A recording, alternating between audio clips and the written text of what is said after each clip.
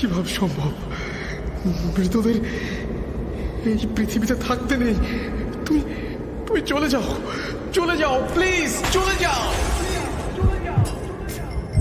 সবটাই কি ইলুশন, নাকি অন্য জগতের কেউ কখনো হাজির হয়ে যায় চোখের পলকে?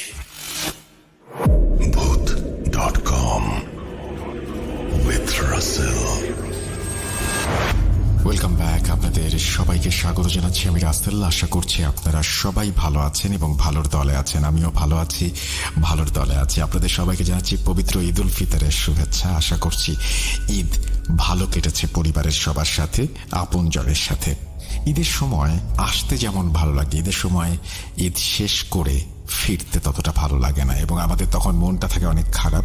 এবং আমি চেষ্টা করব যে আপনাদের মনটাকে যতটা সম্ভব ভালো করে দেওয়ার। হয়তো অনেকেই হয়তো এখন আবারও কর্মস্থলে ফিরে গেছেন, অনেকে হয়তো এখনো আছেন পরিবারের সাথে। যারা আছেন তারা অনেক লাকি, আর কেউ কেউ হয়তো ঈদে আসতেই পারেননি। বিশেষ করে আমাদের যে সমস্ত প্রবাসী ভাইরা থাকেন বিভিন্ন জায়গায়, পৃথিবীর বিভিন্ন জায়গায়, তারা কিন্তু প্রত্যেক ঈদে বা হয়তো কোনো ঈদেই টাইম করে আসতে পারেন না। যাই হোক, সবার জন্য অনেক অনেক শুভকামনা, পবিত্র ঈদ উল ফিতরের শুভেচ্ছা জানিয়ে আমি শুরু করছি আমাদের আজকের ভূত.com, এবং আশা করছি যে প্রত্যেকটা ঘটনায় আপনাদের অনেক বেশি ভালো লাগবে। লিখছেন, আসসালামু আলাইকুম রাসেল ভাই ও প্রিয় শ্রোতারা, আশা করি ভালো আছেন। তারপরে তিনি লিখেছেন যে দয়া করে আমার নাম ঠিকানা বলবেন না। তারপরে তিনি বলে দিয়েছেন যে কোনটা কোনটা বলা যাবে, কোনটা কোনটা বলা যাবে না। যাই হোক, আমি সব দেখতে পাচ্ছি কিন্তু আপনাদের বলতে পারছি না। তারপর তিনি লিখছেন, ঘটনাটি অনেক বড়, তাই লেখায় কোনো ভুল ত্রুটি হলে ক্ষমা সুন্দর দৃষ্টিতে দেখবেন। এরপরে তিনি বলছেন, আমার ঘটনাটি যদি ভালো লাগে অবশ্যই রাসেল ভাই পড়ে শোনাবেন। আজকে আমি যে ঘটনাটি বলবো সেটা আমার খালাতো ভাইয়ের সাথে ঘটে যাওয়া সত্য একটি ঘটনা। আমি আমার খালাতো ভাইয়ের মতো করেই বলছি। বলছে হাসান। বাংলা একটা বাক্য আছে, সঙ্গদোষে সর্বনাশ। আমারও ঠিক তাই হয়েছে। আমার নাম হাসান, ছদ্মনাম। এখানে আমি সবই ছদ্মনাম ব্যবহার করছি। আমি আমার পরিবার ও নিজের একটু বর্ণনা দিয়ে নিই, যা পরে আপনারা সবাই বুঝতে পারবেন কেন আমি আমার পরিবার এবং আমার বর্ণনা দিয়েছিলাম। আমি খুব সাধারণ ঘরের একটি ছেলে। আমার বাবা একজন কাঠ মিস্ত্রি। আমরা দিন আনি দিন খাই। আমরা 3 ভাই বোন, আমার 2 বোন আর আমি। আমার বাবা আমাদের 3 ভাই বোনের লেখাপড়া করাতে গিয়ে হিমশিম খেত। পরিবারে আমি হচ্ছি বড় ছেলে। আমার সবেমাত্র এসএসসি এক্সাম দেয়া হয়েছে, পলিটেকনিকে ভর্তি হয়েছি। আমি ভাবছিলাম একটু একটু করে আমার স্বপ্ন পূরণ হচ্ছে। এখন আমি কিছু টিউশনই করব এবং আমি আমার বাবার পাশে দাঁড়াবো। কিছুটা হলেও বাবার উপকার হবে। সাল 2021। আমার বাড়ি থেকে আমার কলেজটি মোটামুটি ভালোই দূরে ছিল। আমার গ্রাম থেকে আমি আর আমার এক ফ্রেন্ড সজীব শুধু ওই কলেজে পড়তাম, আর অন্যরা সবাই অন্য কলেজে চলে গিয়েছিল। কলেজটি আমার বাড়ি থেকে দূরে হওয়ার কারণে আমার বাবা আমাকে পুরনো একটি সাইকেল কিনে দেন, যাতে আমার যাতায়াতের কোনো সমস্যা না হয়। প্রতিদিন আমি সেই সাইকেল চালিয়ে যেতাম। একদিন আমি সাইকেল চালিয়ে কলেজ যাচ্ছিলাম, তখন দেখি আমার বন্ধু সজীব যাচ্ছে। আমি বললাম, কিরে সজীব, কোথায় যাচ্ছিস? কলেজে। ওঠ, সাইকেলে ওঠ, একসাথে যাই দুইজন। সজীব আর আমি সাইকেল চালিয়ে যাচ্ছিলাম। তখন সজীব বলল, হাসান, তুই আর আমি তো একই ক্লাসে পড়ি, একই সাবজেক্ট নিয়ে পড়ছি, আর আমরা একই গ্রামে থাকি। তাহলে একটা কাজ করলে হয় না? আমি বললাম, কি কাজ? সজীব বলল, কাল থেকে তুই আর আমি একসঙ্গে সাইকেলে করে কলেজে যাব। আমি বললাম, তাহলে তো ভালোই হয়, পড়াশোনা নিয়ে কথা বলা যাবে, আর দুজন গল্প করতে করতে যাওয়া আসা করা যাবে। সজীব বলল, এভাবেই কেটে গেল বেশ কিছুদিন। একদিন সজীব আমাকে বলল, হাসান, তোকে একটা গুরুত্বপূর্ণ কথা বলতে চাই। আমি বললাম, বল, কোনো সমস্যা হয়েছে? না। তাহলে কি হয়েছে? হাসান, আমি না রিয়াকে অনেক পছন্দ করি। আমি বললাম, রিয়া? কোন রিয়া? ওই যে আরিফ ভাইয়ের বোন রিয়া। আমি মাথা নিচু করে বললাম, হ্যাঁ, বুঝতে পেরেছি। আমি সজীবকে অনেক বোঝানোর চেষ্টা করেছি, কিন্তু আমি পারিনি। সজীব আমার কোনো কথাই শোনেনি। এখানে আরো একটা কথা বলে নেওয়া ভালো, রিয়াদের পরিবার খুব একটা ভালো পরিবার ছিল না। রিয়াদের পরিবারকে আমার থেকে ভালো আর কে জানবে, কারণ রিয়া ছিল আমার খুব নিকট আত্মীয়। না, এটা নয়, থাক। আমি সজীবকে এইটাও বললাম, দেখ সজীব, রিয়ার তো বয়ফ্রেন্ড আছে, আর এটা তুইও জানিস। সজীব আমার কোনো কথার দাম দিল না। যাই হোক, অনেক বোঝানোর পরেও সজীবে বুঝল না। তখন আমি বললাম, তোর মন যা চায় তাই কর। এইভাবেই কেটে গেল প্রায় 1 মাস। ঘটনার মূল শুরু এখান থেকেই। সাল 2022-এর শুরুর দিক, কনকনে শীত। সেদিন ক্লাস ও কোচিং শেষ করে আমি আর সজীব বাড়ির দিকে ফিরছি। তখন মাগরিবের আজান পড়বে ভাব। সাদা কুয়াশায় ঢাকা সারা গ্রাম। আমি আর সজীব শুধু সাইকেল চালিয়ে যাচ্ছি।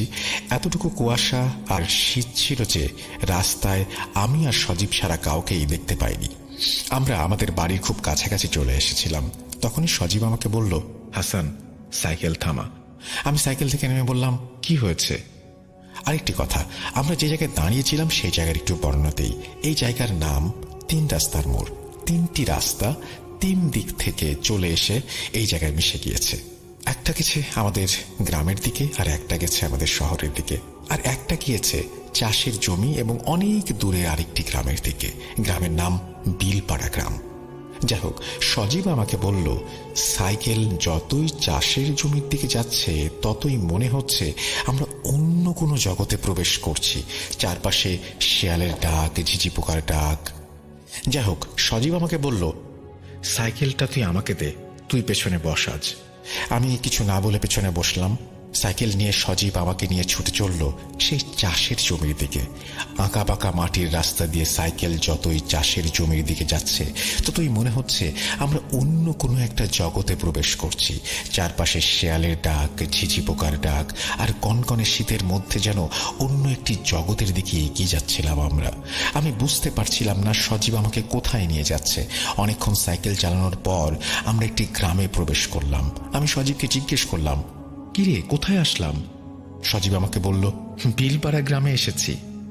বিলপাড়া গ্রামে তোর কি কাজ? দেখতেই পাবি। সজীব সাইকেল নিয়ে একটা বাড়ির সামনে গিয়ে দাঁড়ালো। সজীব আমাকে বলল, সাইকেল থেকে নাম, আমরা ওই বাড়িতে যাব। আমরা সাইকেল রেখে বাড়ির ভেতরে প্রবেশ করি।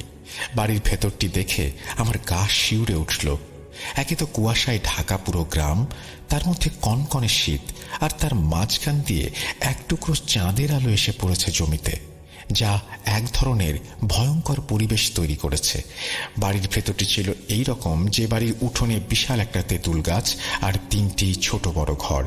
চাঁদের আলো আর মোবাইলের আলোতে আমি যা দেখতে পাই তা হলো, তেঁতুল গাছটি দেখে আমি কিছুটা ভয় পেয়ে যাই, কারণ এই গাছটি আর 4টি গাছের মতো স্বাভাবিক নয়। তেঁতুল গাছটির গোড়ায় অনেক রকমের খাবার। গাছটিকে সাদা, কালো, লাল ইত্যাদি সুতা দিয়ে পেঁচিয়ে রাখা হয়েছে। অবাক করা বিষয় হলো, গাছটি দেখে আমার মনে হলো গাছটিকে প্রতিদিন পুজো করা হয়।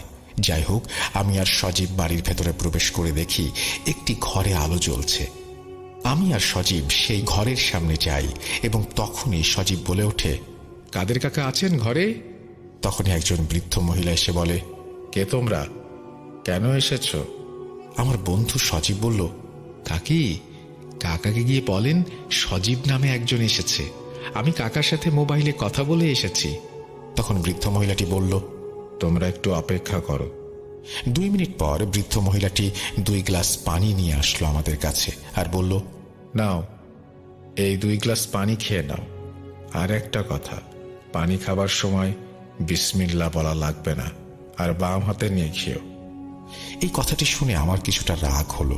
আমি পুরোপুরি ইমানদার নই, তাই বলে কিছু খাবার আগে বিসমিল্লাহ বলবো না এবং বাঁ হাত দিয়ে খাবো, এটা হয় নাকি? আমি সেই বৃদ্ধ মহিলার কথা না শুনে নিচে বসে বিসমিল্লাহ বলে ডান হাত দিয়ে পানিটি পান করি। আমার বন্ধু সজীব কিন্তু তা করেনি। আমি আমার গ্লাসটি যখন বৃদ্ধ মহিলাকে দিচ্ছিলাম, দেখি সেই মহিলাটি আমার দিকে তার চোখ বড় বড় করে তাকিয়ে আছে। বৃদ্ধ মহিলাটি আমাদের দুজনের দিকে লক্ষ্য করে বলল, তোমরা বাইরে দাঁড়াও, আমি আসছি। এবার তিনি একটি বালতিতে করে পানি নিয়ে এসে আমাদের দুজনকে বললেন, এই পানি দিয়ে পা ধুয়ে বাম পা দিয়ে ঘরে প্রবেশ করো। এবারও আমি তার কথার কোনো দাম না দিয়ে পা ধুয়ে ডান পা দিয়ে ঘরে প্রবেশ করি। আমি কিছুটা অবাক হয়ে যাই, কারণ ঘরটিতে তেমন কোনো আসবাবপত্র ছিল না, শুধু একটি খাট ছাড়া। আরেকটা অবাক করা বিষয় হলো পুরো ঘরটি লাল কাপড় দিয়ে মোড়ানো। যাই হোক, খাটের ওপর বসেছিলেন একজন বৃদ্ধ। আমি সেই বৃদ্ধ পুরুষটিকে দেখে সালাম দেই। জানি না আপনি বিশ্বাস করবেন কিনা, আমি সালাম দেওয়ার পর কেমন যেন একটা উত্তর দিল সেই বৃদ্ধ, যেটা আমি কখনোই শুনিনি। আমার কাছে খুব অদ্ভুত মনে হলো। যাই হোক, একটু পর সেই বৃদ্ধা মহিলাটি চেয়ার এনে আমাদেরকে বলল বসার জন্য। আমরা বসি। তখন সেই বৃদ্ধ পুরুষটি সজীবকে বলল, যা বলেছিলাম তা এনেছিস? সজীব তার পকেট থেকে একটি চিরকুট বের করে দিল বৃদ্ধকে। বৃদ্ধ কিছুক্ষণ সেই চিরকুটটি দেখল। তারপর বৃদ্ধটি বিছানা থেকে নেমে ঘরের এক কোণায় লাল কাপড় মোড়ানো একটা মাটির কলস থেকে এক বোতল পানি নিয়ে আসলেন, আর চিরকুটটি দেখে কি যেন বিড়বিড় করে পানিতে ফুঁ দিতে লাগলেন। কিছুক্ষণ পর বৃদ্ধটি সজীবকে লক্ষ্য করে বলল, আমার হাদিয়া এনেছিস? সজীব বলল, হ্যাঁ এনেছি। সজীব 1000 টাকার একটা নোট বাড়িয়ে দিল সেই বৃদ্ধের দিকে। বৃদ্ধটি টাকাটি নিয়ে সেই পানির বোতলটি সজীবকে দিল। সজীব পানির বোতলটি পেয়ে খুব খুশি হলো, যেন সে আনন্দে আত্মহারা। সেই বৃদ্ধটি সজীবকে বলল, আর শোন, সূর্য ডোবার পর যে কোনো সময় বাড়ির চারপাশে এই পানি ছিটিয়ে দিয়ে আসবি। সজীব হাসতে হাসতে বলল, তাহলে কি কাজ হয়ে যাবে? বৃদ্ধ পুরুষটি বলল, না, সবে 50% হবে, আরো 50% বাকি। তখন সজীবের হাসি মুখটি কেমন যেন কালো আঁধার হয়ে গেল। সেই বৃদ্ধটি সজীবকে বলল, আগে প্রথম কাজটি শেষ কর, পরে বাকিটা। প্রথম কাজ শেষ হওয়ার 1 সপ্তাহ পর 3টি জিনিস নিয়ে আমার সাথে দেখা করবি।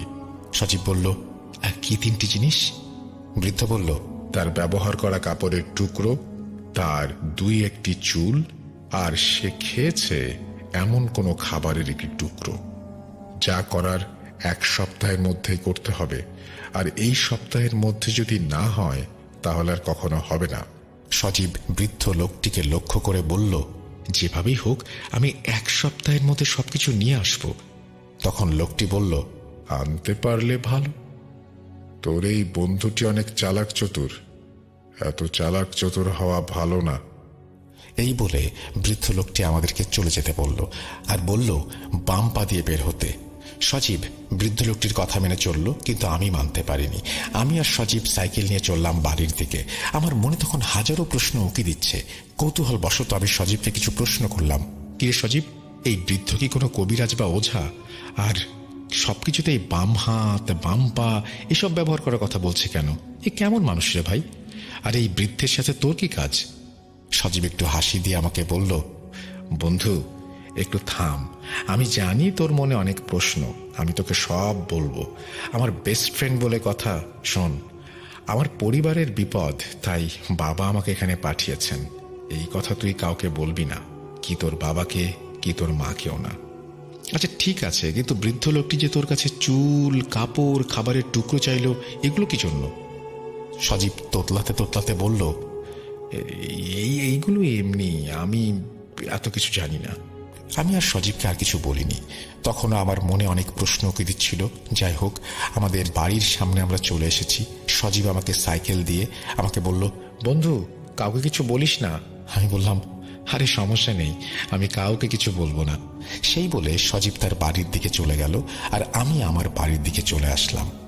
এভাবেই কেটে গেল প্রায় 6 থেকে 7 দিন। সেদিন ছিল শনিবার।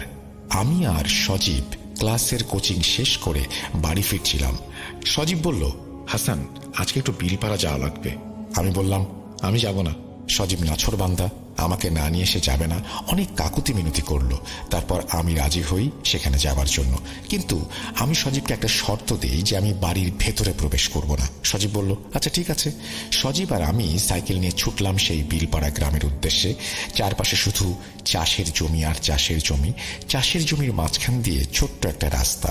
সেই রাস্তা দিয়ে ছুটে চলেছে আমাদের সাইকেলটি। অনেকক্ষণ সাইকেল চালানোর পর আমরা গিয়ে পৌঁছালাম বিলপাড়া গ্রামের ওই বাড়িতে। বাড়ির সামনে আসার পর আমি সজীবকে বললাম, তুই বাড়ির ভেতরে যা, আমি তোর জন্য বাইরে অপেক্ষা করছি। সজীব বলল, আচ্ছা ঠিক আছে, বলে বাড়ির ভেতরে প্রবেশ করল। সজীব বাড়ির ভেতরে প্রবেশ করার পর আমি ভালো করে চারদিকটা দেখছিলাম। শ্রোতারা বিশ্বাস করবেন কিনা জানি না, এই আধুনিক যুগেও এই বাড়িটিতে কোনো আধুনিকতার বিন্দুমাত্র ছোঁয়া নেই, যেমন বিদ্যুৎ, টেলিভিশন ইত্যাদি। আরো অবাক করা বিষয় হলো, ছোট বড় ঘর আছে 3টি, তবে আমার চোখে মানুষ পড়েছে মাত্র 2 জন। বৃদ্ধ বৃদ্ধা ছাড়া আমি কাউকে এখানে থাকতে দেখিনি। আর এই বাড়ির আশেপাশে কোনো বাড়িও ছিল না। এই বাড়িটি গ্রামের সর্বশেষ বাড়ি, তারপর শুধু বিল আর বিল।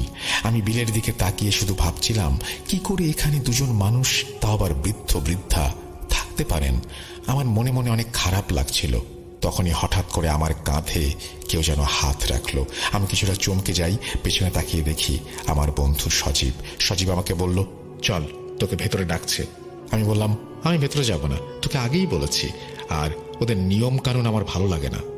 তখন সজীব আমাকে বলল, বন্ধু, আমরা তো আর এখানে আসবো না, আজকেই শেষ। তুই আমার বেস্ট ফ্রেন্ড, আমার আর আমার পরিবারের জন্য আরেকটু কষ্ট কর। আমি আর না করতে পারলাম না। আমি সজীবের সাথে বাড়ির ভেতরে প্রবেশ করি। প্রথম দিন আমি আর সজীব যেই ঘরে গিয়েছিলাম, আজকে আর আমাদেরকে সেই ঘরে নেয়নি। বৃদ্ধ মহিলাটি সজীবকে আর আমাকে বলল, আমার সাথে চল। মহিলাটি আমাদেরকে নিয়ে তেঁতুল গাছের গোড়ায় বড় একটি ঘরে নিয়ে যায়। যেই না আমি আর সজীব ঘরের ভেতরে প্রবেশ করেছি, তখনই বৃদ্ধ মহিলাটি একটু রাগান্বিত হয়ে আমাকে বলল, দাঁড়া, এত তারা কিসের? তোদের আগে পানি পান করাই, তারপর পা ধুয়ে ঘরে প্রবেশ করবি।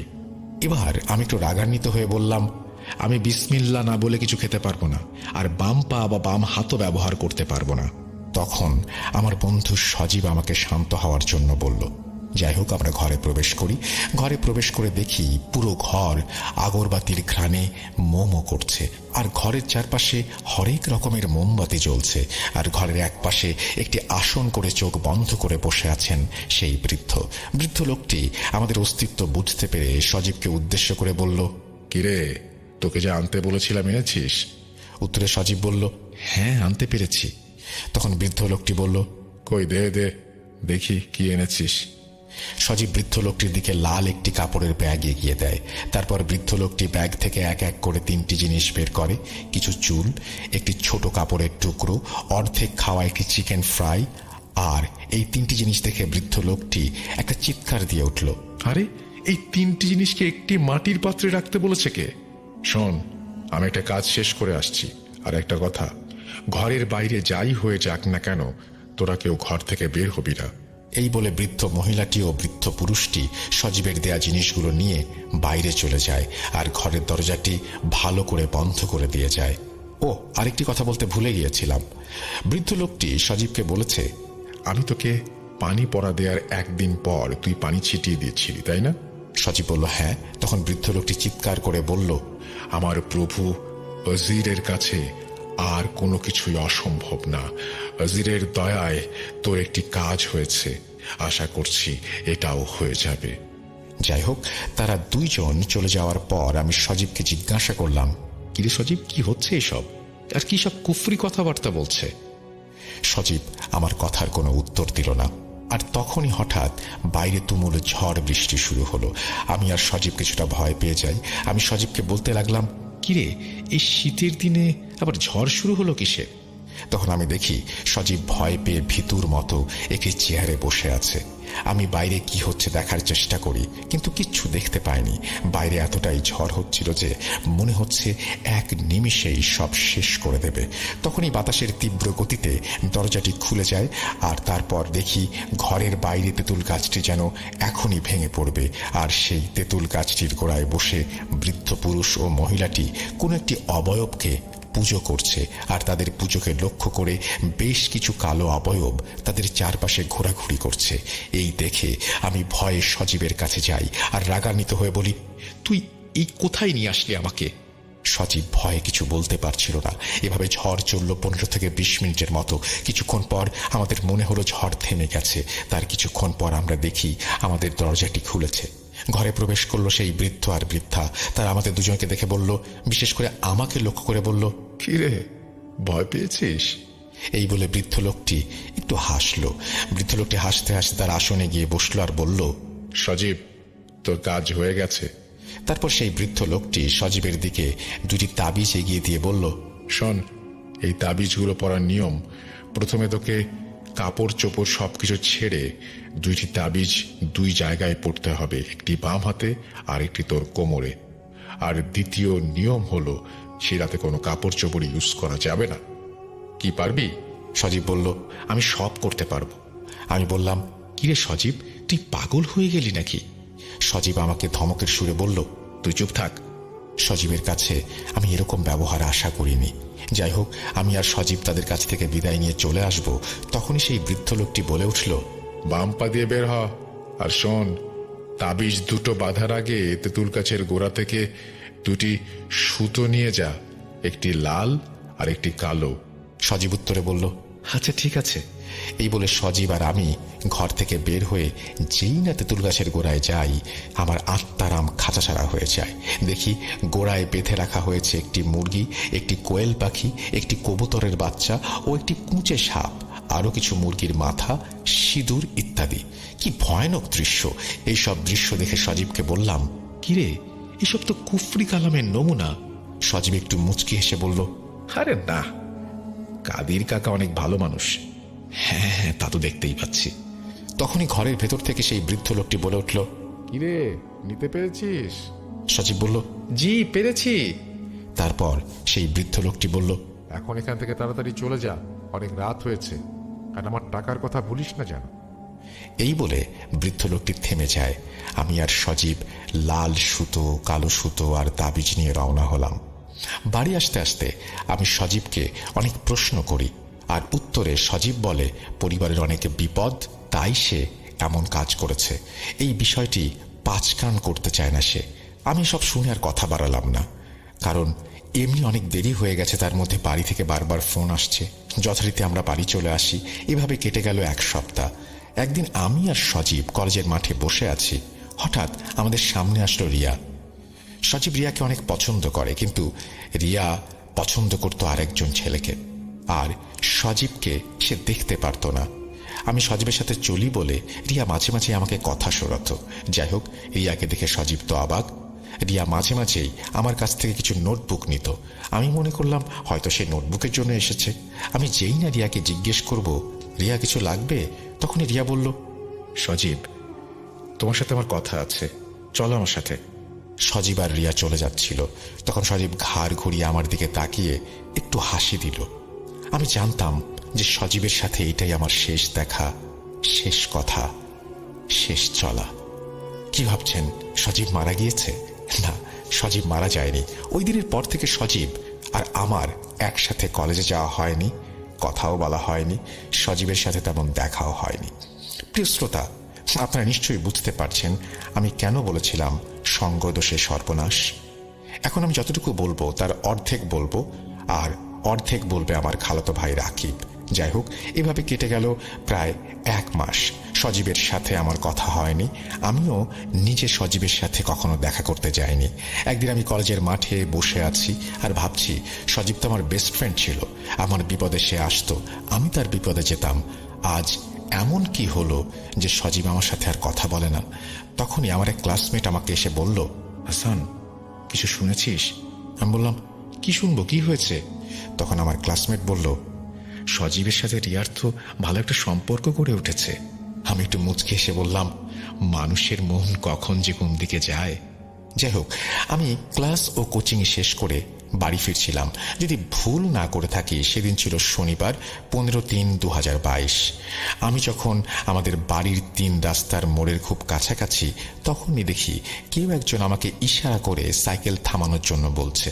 আমি 3 রাস্তার মোড়ে সাইকেলটা দাঁড় করাই, আর সেই বিলপাড়া গ্রামের বৃদ্ধ লোকটি, সেই লোকটিকে দেখে আমি সালাম দিই, কিন্তু তিনি আমার সালামের কোনো উত্তর না দিয়ে আমাকে বললেন, টাকা কোথায়?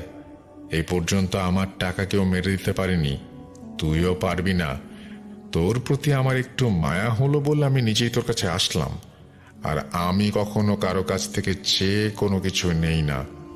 টাকাগুলো দে, আমি চলে যাই। বৃদ্ধ লোকটির সব পাগলামি কথাবার্তা শুনে আমি কিছুটা রাগান্বিত হয়ে যাই আর বলি, কি আজে বাজে কথা বলছেন? আমি কেন আপনাকে টাকা দেব, আর আপনি আমাকে কেন এসব বলছেন? বৃদ্ধ লোকটি আমাকে বলল, আমি জানি না, আমার টাকা তোর কাছেই আছে, ভালো করে বলছি, টাকা দিয়ে দে। তখন আমি বললাম, আপনার কোনো প্রকারের টাকা পয়সা আমার কাছে নেই, সজীব কি আপনাকে টাকা দেয়নি? তখন বৃদ্ধ লোকটি রাগান্বিত হয়ে বলল, তোরা দুইজন আমার সাথে মজা করছিস তাই না? এই বলেই বৃদ্ধ লোকটি আমার মাথার চুলের মুষ্টি ধরল, এত জোরে ধরল যে আমার মনে হচ্ছিল আমার মাথার সব চুল ছিঁড়ে চলে আসবে। আমি বৃদ্ধ লোকটিকে পাগল বলে ধাক্কা মারি। তিনি আমার থেকে কিছুটা দূরে সরে যান। সেই বৃদ্ধ লোকটি অন্য কোনো ভাষায় আমাকে কিছু একটা বলে চলে যান বিলপাড়ার দিকে। আমি আমার মাথায় হাত দিয়ে দেখি বেশ কিছু চুল ছিঁড়ে গিয়েছে। আমি তখনই সজীবের বাড়ির দিকে রওনা হলাম। আমি সজীবকে বাড়িতে পাইনি। প্রিয় শ্রোতা ও রাসেল ভাই, আমি জানতাম যে আজকের পর আমার জীবন এখানেই থেমে যাবে। সংক্ষিপ্ত আকারে আমি আমার বর্ণনা দিই আমার সাথে কি হয়েছিল। আমি বাড়ি আসার পর অনেক অসুস্থ হয়ে পড়ি। এতটাই অসুস্থ হয়ে পড়ি যে আমাকে 3 মাস হসপিটালের বেডে কাটাতে হয় এবং তারপরও আমি সুস্থ হইনি। তারপর কি হয়েছিল তা বলবে আমার খালাতো ভাই রাকিব।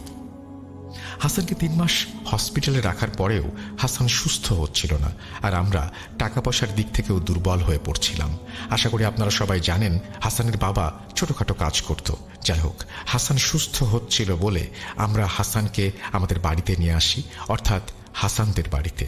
বাড়ি আনার পর শুরু হলো হাসানের আর এক সমস্যা। তা হলো হাসান অনেক পাগলামি করতে লাগলো, যেমন ফাঁসি নেয়া, নিজের হাত পা কেটে ফেলা, কাউকে দেখলে মারধর করা, ইত্যাদি ইত্যাদি। তারপর হাসানের বাবা হাসানকে নিয়ে যায় মেন্টাল হসপিটালে। ডক্টর হাসানের ব্যবহার বা পরিস্থিতি দেখে বলল, হাসানকে এখানে কিছুদিন রাখতে হবে, তার অবস্থা বেশি ভালো না। হাসানের বাবা হ্যাঁ বলে 2 চোখ মুছতে মুছতে হসপিটাল থেকে বেরিয়ে গেল। আমরা সবাই জানি ঘরের বড় ছেলের ওপর বাবা মার একটা আশা থাকে। হাসানের বাবা মারও তাই ছিল। যাই হোক, মানসিক হাসপাতালে 1 সপ্তাহ 2 সপ্তাহ করতে করতে কেটে যায় 3 মাস। তাও হাসান সুস্থ হচ্ছিল না। হাসানের চিকিৎসা করতে গিয়ে হাসানের বাবা তাদের ভিটে বিক্রি করে দেয়। তবুও হাল ছাড়েনি। একসময় মানসিক হাসপাতাল থেকে হাসানকে বাড়িতে পাঠিয়ে দেয়া হয়, কারণ হাসানের অবস্থা খুবই খারাপের দিকে যাচ্ছিল। হাসান খাবার খেত না, আর একটি কষ্টদায়ক কথা হলো হাসান পঙ্গু হয়ে যায়। ডাক্তার বলেন হাসানের রক্তশূন্যতার কারণে হাত পায়ের রগ শুকিয়ে যাওয়ার কারণে সে পঙ্গু হয়ে গিয়েছে। আরেকটি কথা বলতে ভুলে গিয়েছিলাম, হাসানকে অনেক হুজুর কবিরাজও দেখানো হয়েছে, কেউ কিছু বলতে পারল না, হাসানের সমাধান দিতে পারল না। হাসানকে মানসিক হাসপাতাল থেকে পাঠিয়ে দেওয়ার পর সে বিছানায় শুয়ে শুধুমাত্র মৃত্যুর দিন গুনছে। আমরা আমাদের সামর্থ্য মতো যতটুকু পেরেছি তা করেছি, কিন্তু আমরা একটা সময় আর পারিনি। আমরা হাসানের আশা ছেড়ে দেই। তখনই আমরা আশার আলো দেখতে পাই। বাংলায় একটি কথা আছে, রাখে আল্লাহ মারেকে। হঠাৎ আমাদের গ্রামে বাংলাদেশের নাম করা এক হুজুর আসেন ওয়াজ মাহফিলে। গ্রামের অনেকেই বলা বলি করছিল এই হুজুর নাকি অনেক বড় মাপের আলেম, তিনি অনেক কিছুর সমাধান করতে পারেন। এ কথা শুনে আমি আর হাসানের বাবা চলে যাই সেই হুজুরের কাছে। হুজুরের মাহফিল শেষ হলে আমরা হুজুরের সাথে কথা বলি। হুজুর বলেন, আমি তো এখন যেতে পারবো না, আমার আরেক জায়গায় ওয়াজ মাহফিলে যেতে হবে। গ্রামের মানুষ ও আমাদের কাকুতি মিনতি দেখে হুজুর হাসানকে এক নজর দেখতে আসেন। হুজুর বাড়ির ভেতরে প্রবেশ করেই বললেন, এই বাড়িতে একটা আড্ডাখানা হয়ে গিয়েছে, কিভাবে আছেন এই বাড়িতে? এই বলে হুজুর হাসানের ঘরে প্রবেশ করে। হুজুর হাসানকে দেখেই আল্লাহু আকবার বলে চিৎকার দিয়ে ওঠেন। বলেন, এই ছেলে এখনো জীবিত আছে কিভাবে তা আল্লাহই ভালো জানেন। হাসানের বাবা জিজ্ঞেস করেন, হুজুর কি হয়েছে আমার ছেলের? হুজুর যা বলেন তা শোনার জন্য হয়তো হাসানের বাবা মা কেউই প্রস্তুত ছিলেন না। হুজুর বলেন, তার উপর অনেক খারাপ ধরনের কালো জাদু করা হয়েছে। কালো জাদুর কিছু ভাগ আছে। হাসানের উপর করা হয়েছে খুব নিকৃষ্ট এবং নাপাকি জিনের সর্দার দ্বারা করানো কোনো জাদু। আমি এখানে ওর কোনো চিকিৎসা করতে পারবো না, হুজুর বলছেন। হাসানকে শুক্রবার সকালে আমার মাদ্রাসায় নিয়ে আসবেন। হুজুরের কথা মতো আমরা শুক্রবার সকালে হুজুরের মাদ্রাসায় চলে যাই হাসানকে নিয়ে। হুজুর হাসানকে দেখে বললেন, সে বসতে পারবে না, তাই তাকে এখানে শুইয়ে দিন। তারপর হুজুর হাসানের চারপাশে একটা গোল বৃত্ত এঁকে দিলেন। তারপর ছোট বড় মোট 15 জন হুজুর নিয়ে শুরু হলো হাসানের রুকাইয়া। আমরা তখন বাইরে দাঁড়িয়েছিলাম। আমরা অনেক কিছুর আওয়াজ শুনতে পাই এবং অনেক কিছুর ধস্তাধস্তির শব্দ শুনতে পাই। যাই হোক, রুকাইয়া চলে প্রায় 1 ঘন্টা। কিছুক্ষণ পর হুজুর ঘর থেকে বেরিয়ে আসেন, আর আমাদেরকে যা বলেন তা শোনার জন্য আমরা মোটেও প্রস্তুত ছিলাম না। বলছেন, আমি তো আগেই বলেছিলাম হাসানকে কালো জাদু করা হয়েছে, আর হাসানের উপর যে কালো জাদু করা হয়েছে তা সাধারণ কেউ করতে পারবে না, কারণ এই জিনকে পেতে হলে মানুষ কুরবান করতে হয়। আর হাসানকে যেই কবিরাজ কালো জাদু করেছে সে তার 3 জন ছেলে মেয়েকে কুরবান করেছে। সেই জিনকে পাওয়ার জন্য। আর এই জিনের আছে অলৌকিক অনেক ক্ষমতা, যা অন্য কোনো জিন কখনো করতে পারে না। অন্য জিনের সেই ক্ষমতা থাকে না। আর এই জিন হচ্ছে সর্দার জিন। আর জিনও বারবার ফিরে আসছিল, কারণ কবিরাজের জিনগুলো ছিল নাপাক এবং পোশাকবিহীন। আপনারা জানেন কি কেন হাসানকে কালো জাদু করা হয়েছে? হাসান আর হাসানের এক বন্ধু একটি মেয়ের ওপর কালো জাদু করার জন্য যে কবিরাজের কাছে গিয়েছিল, কবিরাজ কিছু টাকার জন্য সেই কালো জাদুটি উল্টে হাসানের ওপর করে।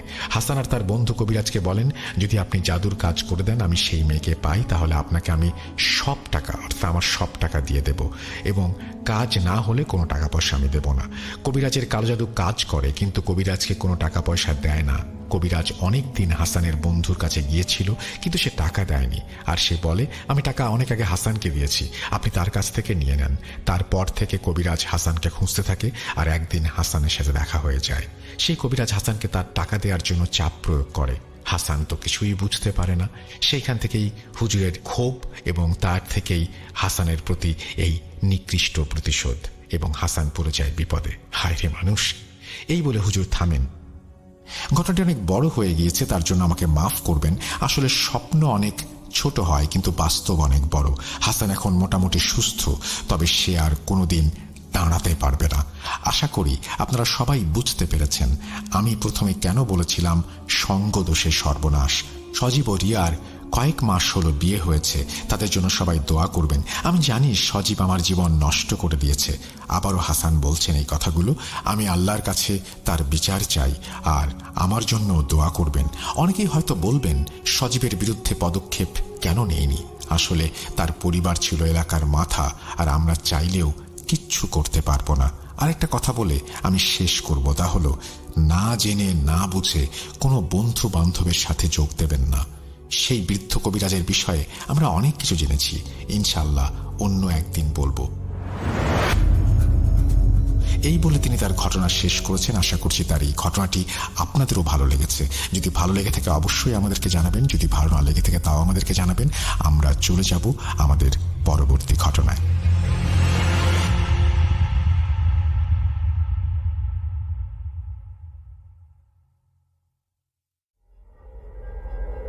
Spirit, be here with me.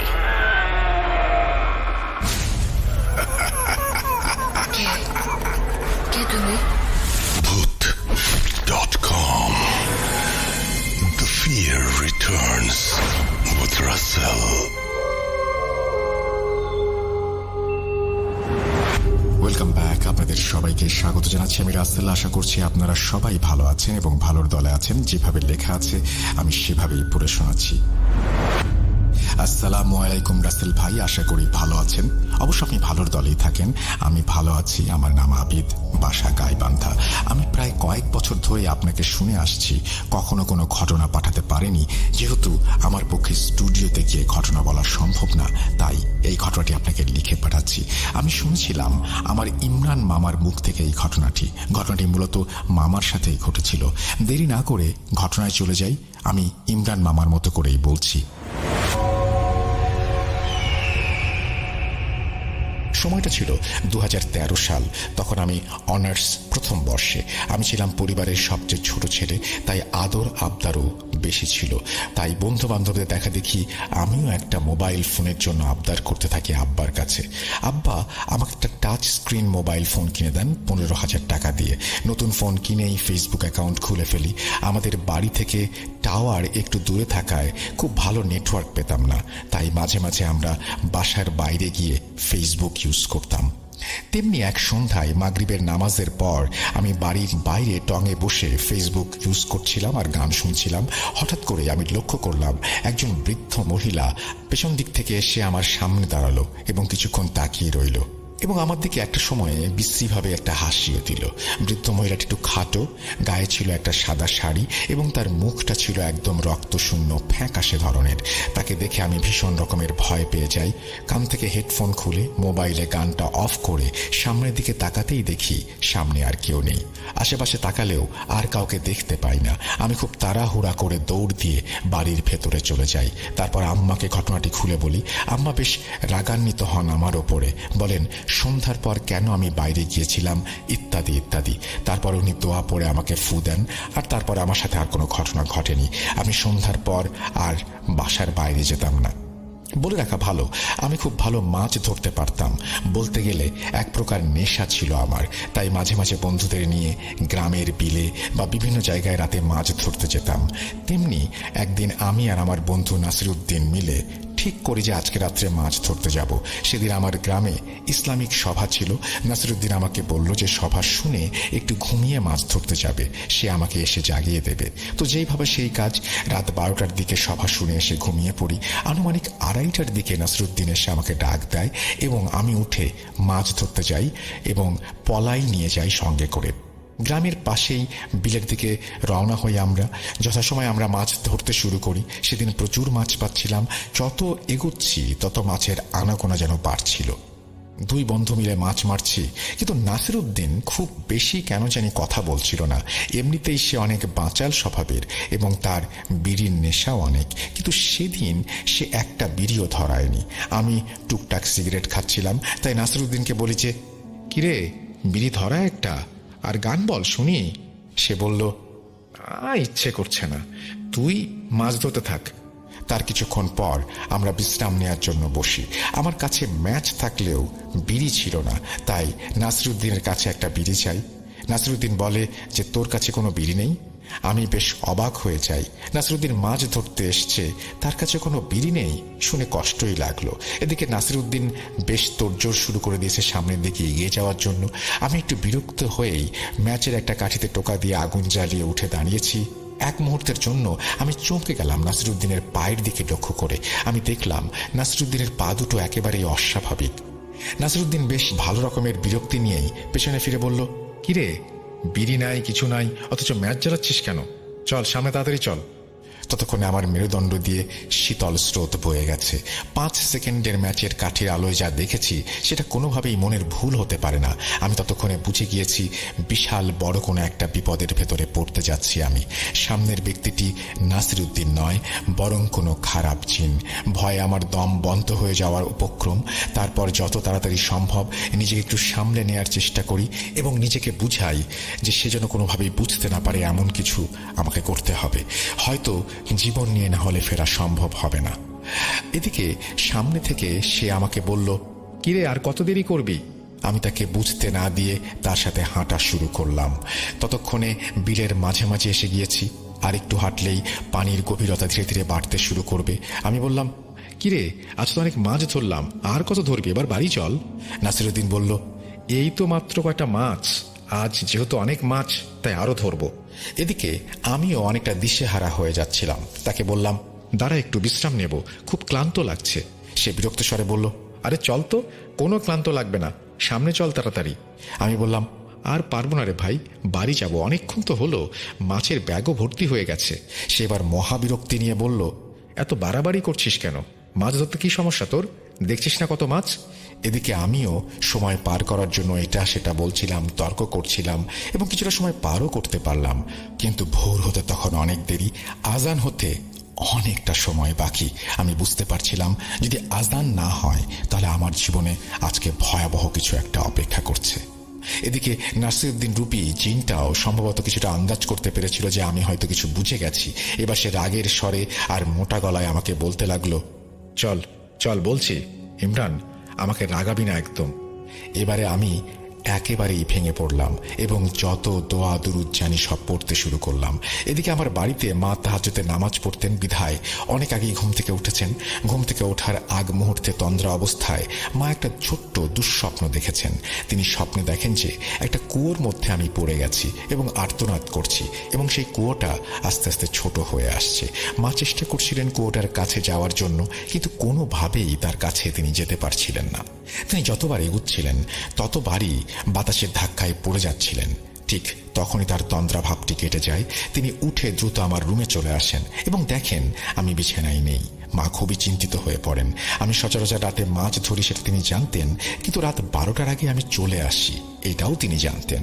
আমার বন্ধুরা বা আমার চাচাতো ভাইরা থাকায় তিনি কিছু বলতেন না। তিনি দ্রুত চাচির কাছে যান এবং তাকে ডেকে তুলে বলেন আমার চাচাতো ভাইরা মাছ ধরতে গেছে কিনা। চাচি বলেন তারা তো কেউ মাছ ধরতে যায়নি, তারা সভা থেকে এসেই ঘুমিয়েছে। এবার আমার মা ভয় পেয়ে যান। তিনি আমার বড় বোন তাকে উঠান। আব্বা বাড়িতে ছিলেন না, তিনি ব্যবসার কাজে বাইরে ছিলেন। মা আর বড় আপা অজু করে দ্রুত নামাজে বসে পড়েন। মা সিজদায় পড়ে কান্নাকাটি করতে থাকেন আর আল্লাহর কাছে আমার সুস্থতার জন্য বলতে থাকেন। মায়ের মন তো হয়তো বিপদের আশঙ্কা টের পেয়েছিল, তাই মা, চাচা আরও কয়েকজন জেগে ওঠায় আমাকে খুঁজতে বের হন এবং যেহেতু বেশিরভাগ সময় আমি বিলের দিকেই মাছ ধরতে যাই, লাইট নিয়ে তারা বিলের দিকেই রওনা দেন। এদিকে ততক্ষণে ভয়ে কাঠ হয়ে আমি দাঁড়িয়ে আছি। নাসিরুদ্দিনের চেহারা ততক্ষণে পরিবর্তিত হতে শুরু করেছে, সে ভয়ানক আকার ধারণ করতে শুরু করেছে।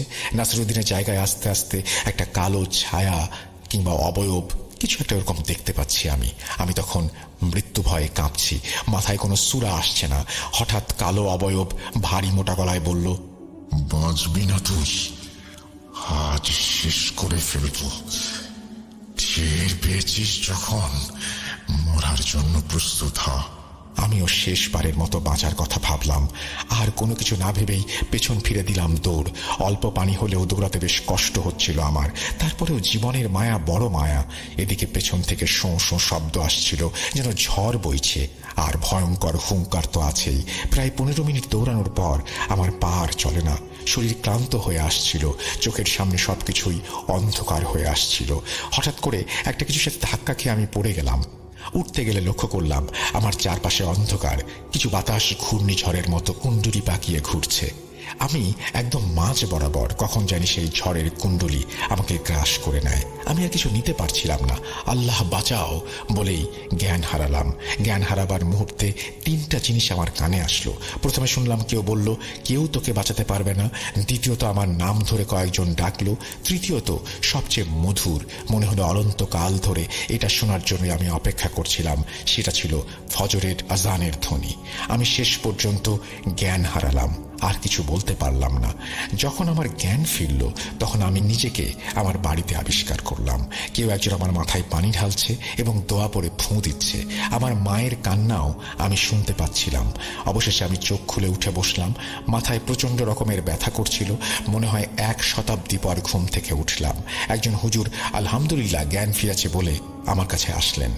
আব্বা বললেন, কি হয়েছে রে ইমরান, বিলের মাঝে জ্ঞান হারিয়ে পড়েছিলি কেন? আর একাই মাছ ধরতে গিয়েছিলি? তারপর সবকিছু খুলে বললাম। নাসিরুদ্দিন সেখানে ছিল। এসব শুনে সে অবাক হয়ে যায়। আমি বললাম, সভা থেকে এসে আমি ঘুমিয়ে পড়ি। নাসিরুদ্দিন বলে, আমিও ঘুমিয়ে পড়ি, কিন্তু আমি আর উঠতে পারিনি, তাই তোকেও আর ডাকতে পারিনি। আমার রূপ নিয়ে তোর কাছে অন্য কেউ গিয়েছে। আব্বা আর কাউকে কোনো কথা বলতে দিলেন না, সবাইকে চলে যেতে বললেন, আমাকে বিশ্রাম করতে বললেন। পরের দিন আব্বা আমাকে এলাকার বড় এক হুজুরের কাছে নিয়ে গেলেন। সব শুনে তিনি আমাকে বিকালে আসতে বললেন। বিকালে তার কাছে গেলে তার কথা শুনে আমার মাথায় আকাশ ভেঙে পড়ে। হুজুর বলেন যে ইমরানের ওপর কালো জাদু করা হয়েছে, সে যে বেঁচে গেছে এটাই অনেক বড় ব্যাপার। হয়তো সেদিন রাতেই তাকে মেরে ফেলতো, কিন্তু জিনটা তাকে মারতে পারেনি। সেই সময় ফজরের আজানটা হয়েছিল। তোমরাও বিলে পৌঁছে গিয়েছিলে, তবে এই জিন অনেক শক্তিশালী আর রাগী, সে তোমাদের সাথে খারাপ কিছু করবে। তারপর আব্বাকে বললেন, এর চাইতে আর কিছু আমার পক্ষে বলা সম্ভব না, তাবিজ দিচ্ছি কোনো ক্ষতির হাত থেকে তাকে বাঁচাবে। এই বলে ইমরান ভাই গল্প থামালেন এবং আমাকে বললেন আরো অনেক কিছু তার জীবনে ঘটেছে, সেগুলো অন্য কোনো দিন বলবেন। ঘটনাটি পাঠিয়েছেন আবিদ হাসান গাইবান্ধা থেকে। আপনাকে অসংখ্য ধন্যবাদ চমৎকার এই ঘটনাটি পাঠানোর জন্য। আশা করছি আপনার এই ঘটনাটি সবার ভালো লাগবে। আমরা চলে যাব আমাদের পরবর্তী ঘটনায়।